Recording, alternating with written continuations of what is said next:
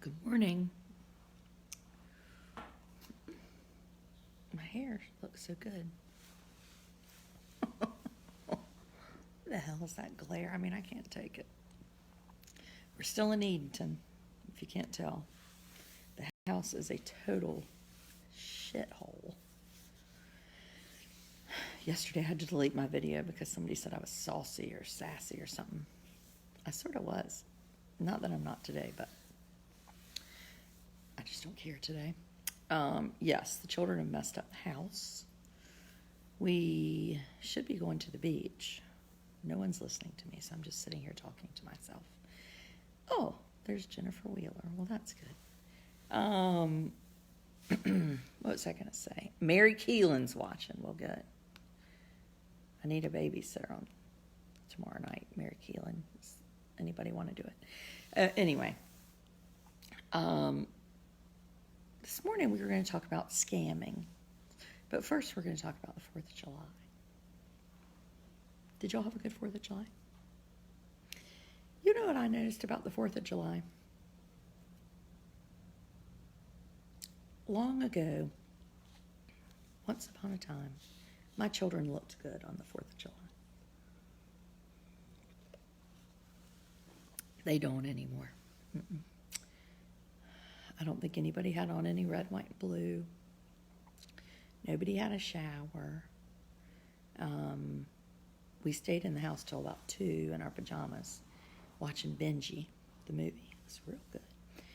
And during the movie, my husband proceeded to tell there were children kidnapped in the movie. And he was like, proceeded to tell my children not what they should do if they were ever kidnapped, but that how he could beat up kidnappers and that they were weak. I mean, that's the kind of crap that goes on in my house. And then we go tubing, and everyone cries at some point. One of my children has to go to the bathroom, and my husband tells him to go in the water. He starts crying. So other people are like blowing like wee whistlers, and we're all fighting and crying. Good morning. Amos and Russell were like asleep on the boat, basically getting like solar radiation from the hottest sun on the planet. But then we went to a friend's house, to their pool, and they had us for hot dogs, and it was very nice. Amos only broke one bowl that he threw. They're like, oh, it was an accident. I was like, no, that was not an accident. He said no more raisins because he didn't want any more raisins. We have a real problem right now with him throwing plates when he's done with them. And then he'll look at me and say, no, sir. Anyway, that was that. And then we watched the fireworks, which were good. And he was sort of nervous. Do I sound like I'm like talking slow? But I drank some kind of something last night. Somebody might have put something in my drink. So we'll get to that scamming later. And he was like, oh. And I said, oh, the fireworks, it's fun. So then he liked them, like really liked them, which was so fun. Well, as we're leaving the dock, my husband, again, who has been gone the whole time we've been watching fireworks, he has gone home to get some box that we got in Myrtle Beach, of course, of fireworks, and he sets them off kind of in the yard by the dock, and they start going off. And I mean, Amos thought he was being hunted. Your tone is low, like you're hoarse. I am sort of hoarse. Horace, not Horace Beasley. Horse. I also don't want my children hearing me, because then I'll hear about that later. I don't feel like listening to them complain. No, does my voice sound better? No. And I'm just tired. My husband woke me up and said somebody had stolen his $60 from his wallet. Why would I steal $60 from his wallet? I mean, I have a debit card. I can get whatever I want. If I'm getting out of here, I'm going with more than $60. Anyway, we never did find it. There's a thief amongst us. He set off the... Somebody was trying to call me. It's those scammers. I didn't turn on Do Not Disturb. Now we're going to be in trouble. And Amos, like, leapt out of his skin. It was so loud and over our face. And, like, all the neighbors, I'm sure, were like, oh, my gosh. gosh, we're being attacked. Way more than $60. I mean, anyway, it was bad. But then we got home. Amos is still asleep because it was late. And Blair spent the night. And Russell and Thomas are in there with headphones on. And they've already been told they're dweebs. Not by me. And somebody needs to clean up around here. Now, speaking of scamming, not that we were, but I have been. This morning I read this news article about this woman in Charlotte who started a private school, and she named it after herself, which is odd. But anyway, she was getting all these students from different countries that were good athletes, and then she was basically like selling them to other schools. Isn't that crazy? And she admitted it yesterday, human trafficking. Probably like, anyway, I mean, how do women do things like that? So that's a scam for you. And then yesterday we got a letter from our superintendent, speaking of scamming. And then today I've gotten like 300 emails from the Russians, and I put it into this, there's a translator app. And it said something about I can get 14,000 rubles. That means the Russians have infiltrated my email. Do you think it has something to do with the superintendent's office? Maybe Jeb Bush? It's a conspiracy. Anyway, the Russians are on to me. And so, superintendent said he was so thankful for teachers and education in North Carolina. Anyway, he probably thinks that he is, but I don't think he could be. And I don't mean to like be a hard ass, but like, he's not. Anyway, I can't.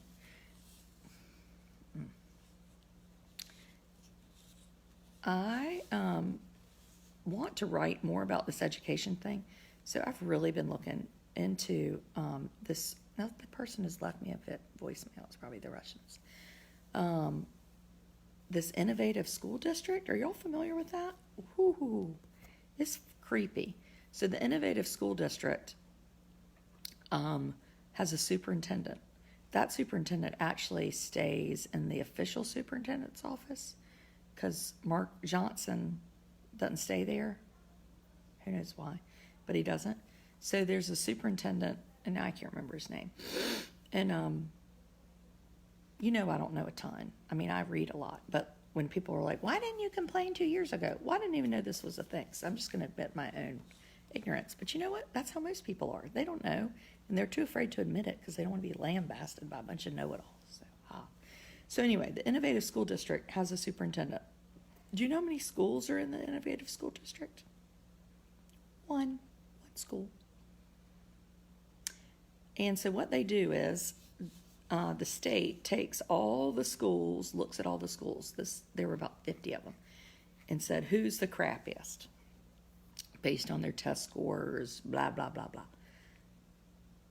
And then they try to recruit the schools to be in the Innovative School District. It was Achievement School District, but they changed the name because I think they got a bad rap for that. So anyway, but it's funny to me because innovative is like the total opposite of what this is. Now, the Innovative School District, what they do is they contract out with the charter school company to come in and fix the school. Now, the charter school companies, that the one that got chosen, funny enough, gave a lot of money to the politician that pushed for the bill to be passed to have an innovative school district. So did you hear that? Politician says we need innovative school district. New innovative school district superintendent picks company who gives money to politician who wants innovative school district. Now, the budget of the innovative school district, did I already talk about this? The $90,000 for marketing the innovative school district. That's really smart. is. We're so needy that I'm taking frickin' toilet paper or Kleenex to school, but we have $90,000 for marketing. And Mark Johnson or any of your lackeys that are watching this video, that's really what pisses people off, I'd just like to say. You know, I'm glad to do things for school, but like, it's kind of like taking a friend dinner and going over there and she's got a butler like serving up caviar. You'd be like, well, why the hell am I taking you dinner? Anyway, you're screwing up stuff, and I'm sick of it. So, that's a scam, too. Now, I'm going to be writing about that, though, this week when I have time, when Amos is back at camp, because I think we really need to look at that. And I think we need to encourage folks to understand what those things mean and to understand, now this is really important, schools that are low performing are high poverty, almost always. So really the things to do, the interventions to do, have nothing to do with teachers or school. So a charter school that's taking 25% of the total money for profit clearly is not going to do a good job. And research has shown that they do not do a good job. So there's no research that supports the innovative school district. Yet we're doing it anyway. And then we're spending money on marketing. So the cat's real hungry because we haven't had cat food in like 3 days. There's not regular food in here either, which is why I went to McDonald's and got coffee. So anyway, yeah, kind of like the $100,000 they set aside to study movie use in classrooms. Well, they never did it, thank goodness. But the other thing that they did, North Carolina schools under Mark Johnson paid Ernst & Young, and I sort of have a bad history with Ernst & Young. I don't really trust them, but anyway, $1 million to analyze where we have waste at DPI. $1 million for waste. Now, granted, DPI's budget is bigger than mine, but that's kind of a lot, isn't it? And I agree, there probably is waste at DPI. I mean, if somebody analyzed my day, they could find some waste here. Money waste, my inefficiency waste. Yes, there's waste. But it was awfully coincidental that all the waste had to do with low-income schools, and that he ordered the charter schools not to be touched. So if you stop supporting low-income schools, then you need more innovative school district schools. So maybe the superintendent can have one more school. I would like to see Adrienne run for office. I'll tell you what. I will run for the innovative school district superintendent position. Except I don't think you can run. I think you have to get appointed. And somehow it's doubtful that I will be appointed. Do you think? But I would do that. One school, be the superintendent. I mean, I could do that. Especially with that budget. That $90,000. I don't know what I would do. I would do something. School board would be a good place to start. Do you think I could run for school board and actually do no campaigning? That would sort of be fun. But the school board doesn't get to do much where I live because it's the darn commissioners that get to decide where all the money goes. God, they make me mad as hell. I don't know if I'd be good on the school board. Anyway, I'd rather just sit around here and lambaste people. And then I probably couldn't do live videos. There'd be all sorts of rules, and then I'd be fired. That's no fun. I don't like to have to be accountable to anybody, because then you can't be truthful. Even people that write for newspapers have to need to open a school just geared towards special needs. Now, see, Melissa, I don't agree. I really want to see kids with special needs totally immersed in the school system. That's one thing that I really feel like is lacking in inclusion everywhere, is that I want kids to be just accepted, just like Amos is in our community. He goes to the party last night and breaks a bowl of goldfish. It's okay. He has a place, and I think I want our kids to have a place. And so I really do think it's important. SpongeBob could do a better job than current school boards. I never heard anybody complain about our school board, and I like the people on it. I really don't. I think they're doing a good job. The superintendent likes them, and I like our superintendent. So, what do I know? I'm just wondering if it's low tide or high tide.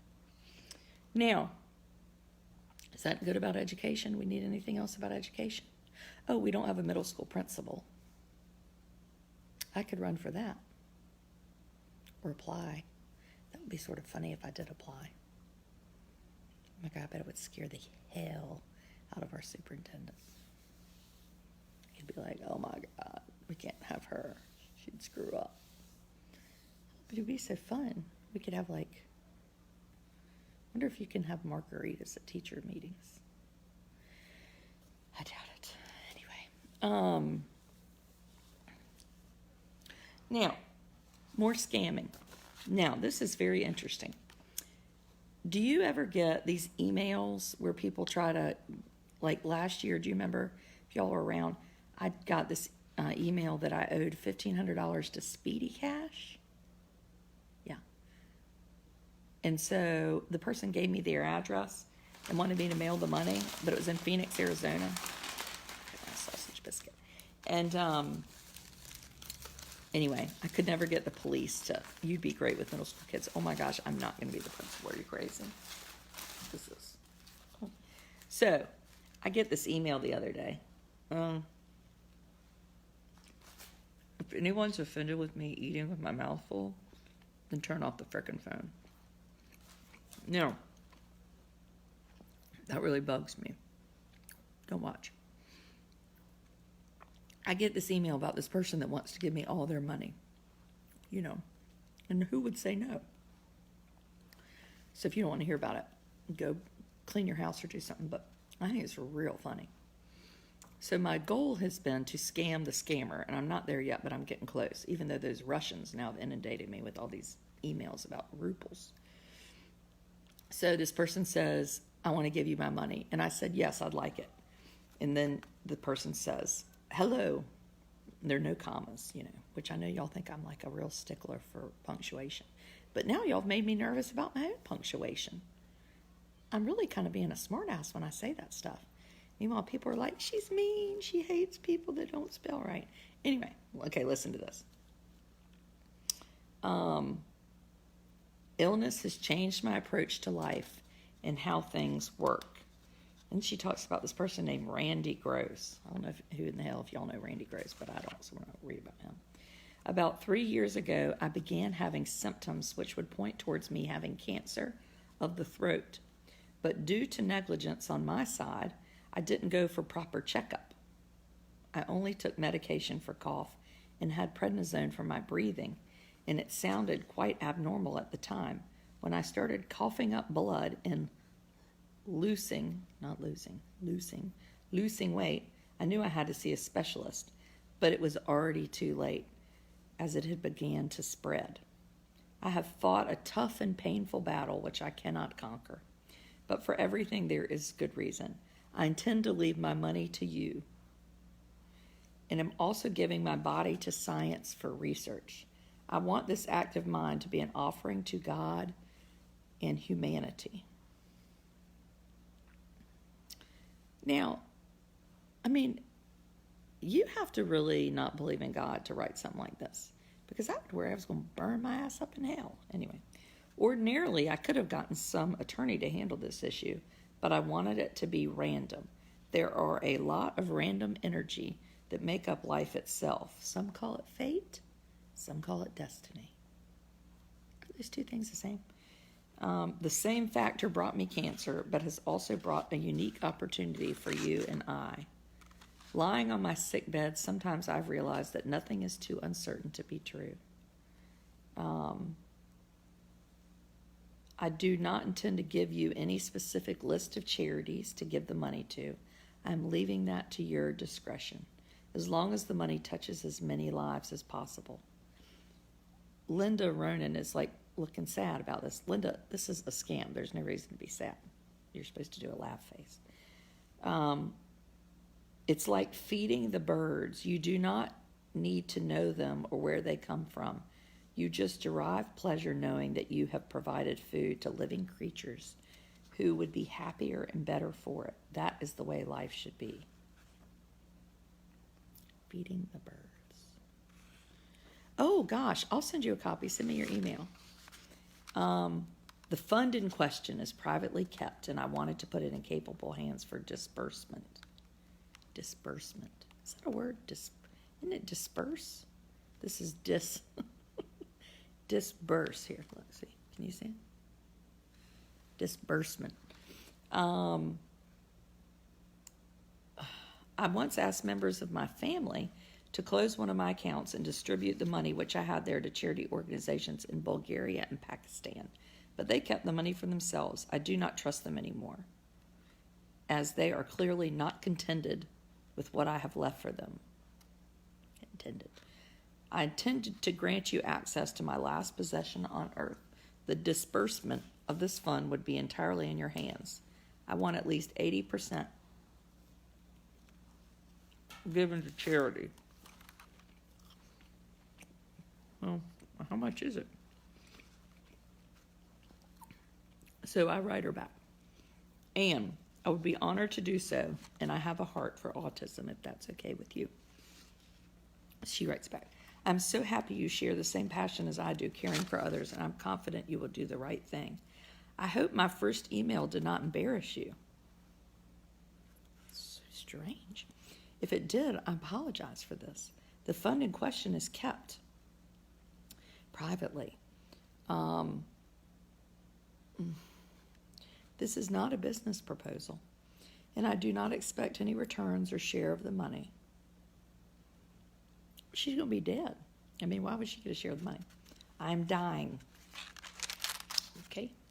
Now, if you would be able to help me fulfill my wish, I need you to get back to me that you are in a position to receive and handle a large amount of fund.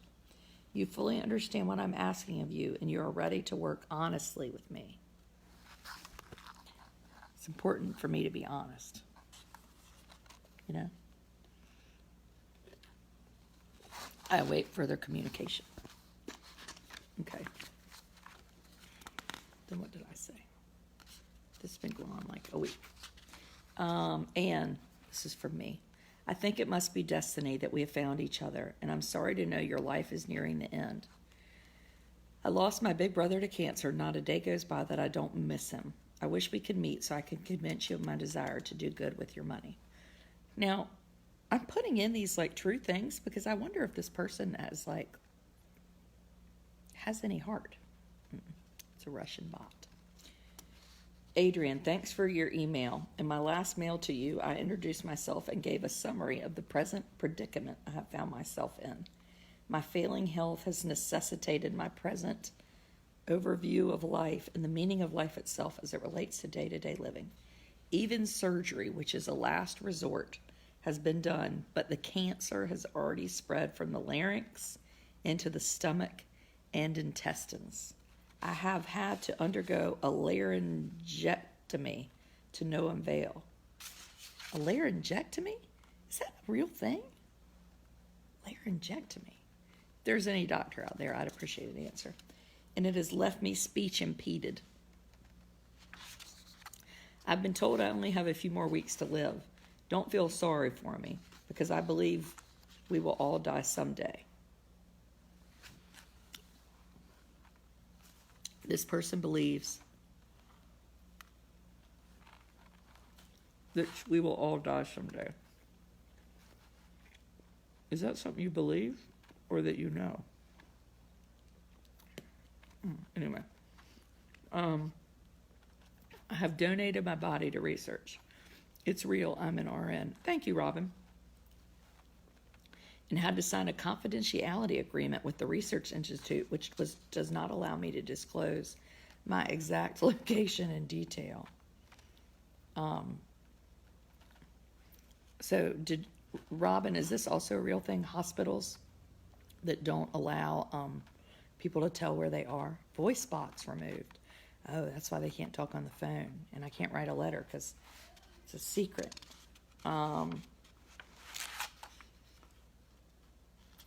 It's getting worse. My ailment has really eaten deep into me, and it is necessary we conclude this matter as soon as possible. The most important thing now is to secure the funds, so I'm assured the money will not be put to waste. Now, I know you have some reservations, and I can understand. I know how suspicious and unconventional this seems, but I assure you, I have nothing to gain from telling you lies. Perhaps you would feel more comfortable dealing directly with the firm holding my deposit, but there's no way they're going to attend to a total stranger who has no business dealings with them. So, I have been told a legal authorization in the form of a power of attorney must be issued. So I need you to send me the following: full names, address, and telephone numbers. So I did do that. Not exactly my real name. I sent the name Debutante Adrian Harold as my name. And then I sent a friend's address.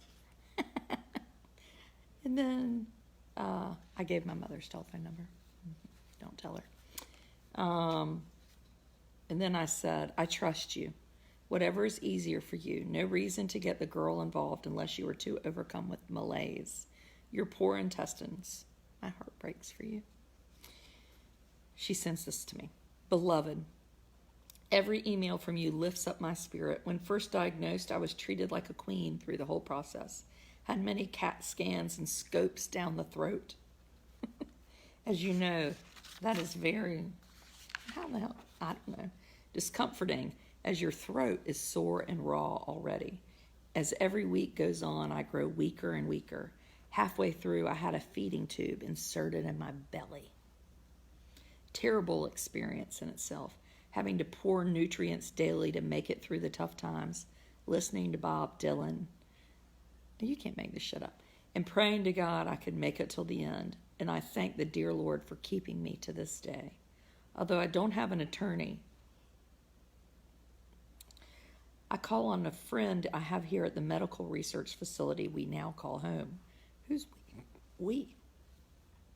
And I begged her to give one of her sons the task of getting the power of attorney done. Now, that person at the medical facility, if they were smart, they would try to get her to give the money to one of the sons. Love always. Anne.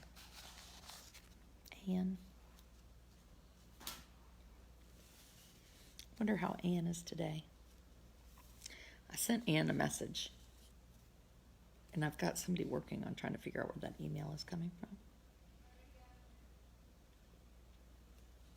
You can provide the attorney, so there you go. The Bob Dylan. Anyway, it's evil that people do things like this. And then you hear people fall for it. Like 2 weeks ago, I heard some guy in Emerald Isle, people gave him like hundreds of dollars because his car was broken down and he needed it to get fixed to go somewhere.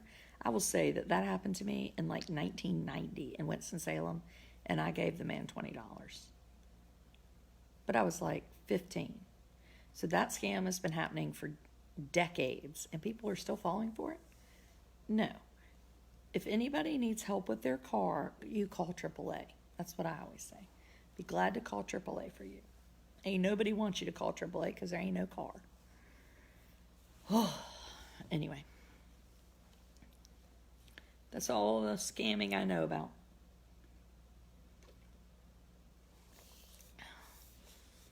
Wish I could figure out how to scam somebody.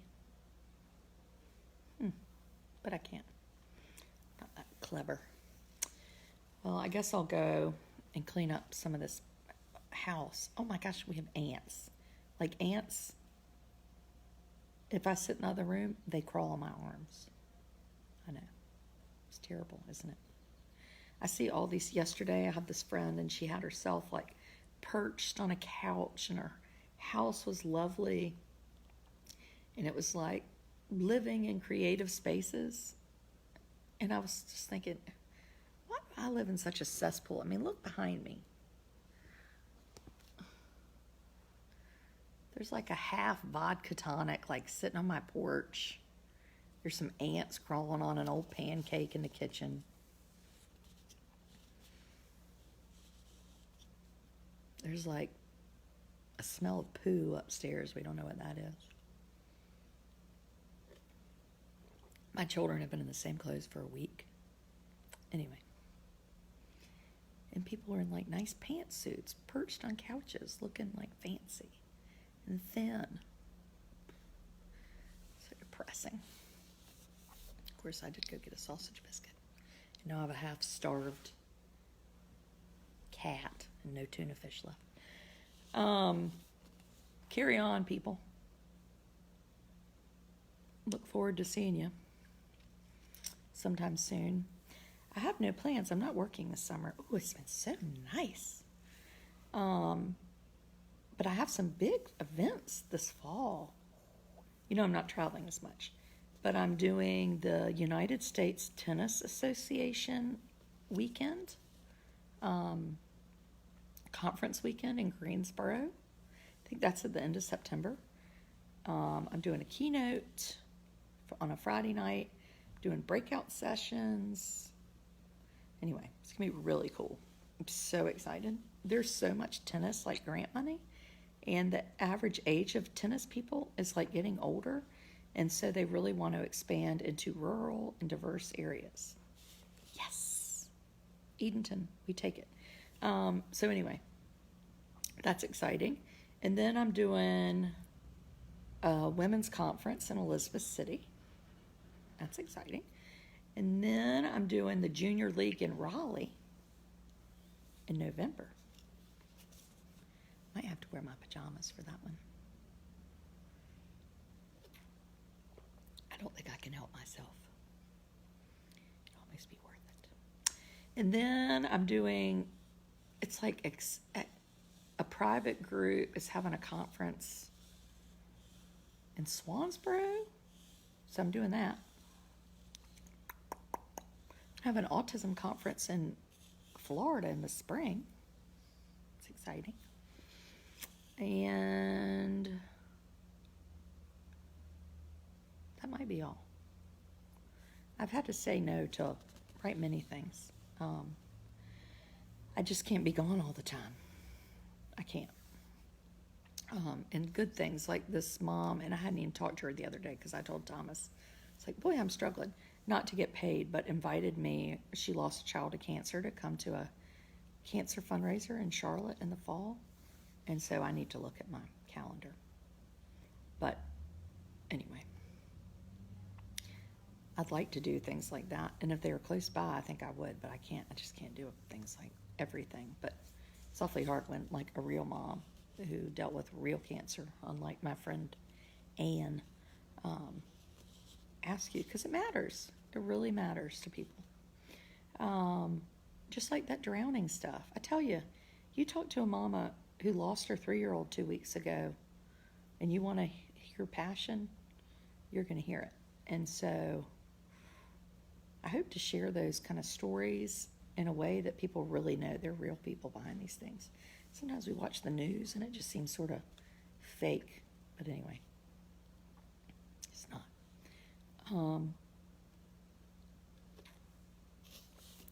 Carry on. It's July 5th. Enjoy your families this weekend. Have a painkiller in my honor. And, it's not even Friday. It's only Thursday. Not that that matters. And I hope to see you. Goodbye.